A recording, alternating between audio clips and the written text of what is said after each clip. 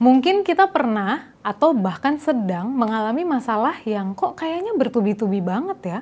Dan waktu kita curhat ke temen, biasanya respons mereka kayak, udah ya sabar, gak usah cemas. Tuhan gak mungkin kok kasih kita masalah yang gak bisa kita tanggung. Kira-kira kalimat ini bener gak ya?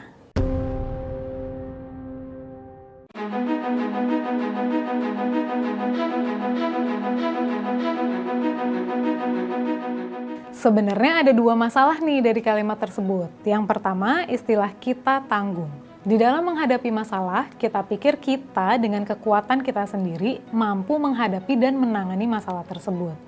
Nah, memang nih belakangan ini dunia lagi ngajarin kita untuk tetap tenang aja kalau ada masalah, nggak usah cemas. Nggak lulus ujian, ya udah nanti remet ya. Nggak dapat promosi di kantor, ya udah tinggal pilih mau tetap kerja di situ atau cari kerjaan lain. Ada orang yang kita kasihi meninggal, ya memang semua akan meninggal pada waktunya, gak usah terlalu emotionally attached. Ya intinya masalah itu gampang kok untuk kita selesain. Semua bergantung sama pikiran kita dan gimana kita melatih dan menguasai diri kita untuk menangani suatu masalah. Di satu sisi emang benar sih kita nggak perlu cemas, tapi ada beberapa kesalahan dari fondasi ketidakcemasan yang dunia ajarin. Pertama, kita diajar untuk merasa bahwa kita ini independen, kita mampu menanggulangi masalah kita sendiri. Dan yang kedua, kita diajar untuk merasa nggak perlu bantuan dari luar diri kita, ya termasuk Tuhan.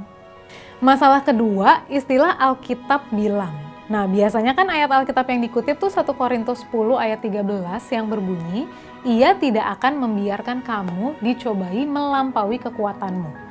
Nah, tapi sebenarnya kata dicobai di sini tuh lagi mau ngomongin soal temptation to sin, bukan tentang masalah-masalah yang kayak udah disebutin tadi. Alkitab nggak pernah bilang kalau Tuhan nggak mungkin ngasih masalah yang nggak bisa kita tanggung.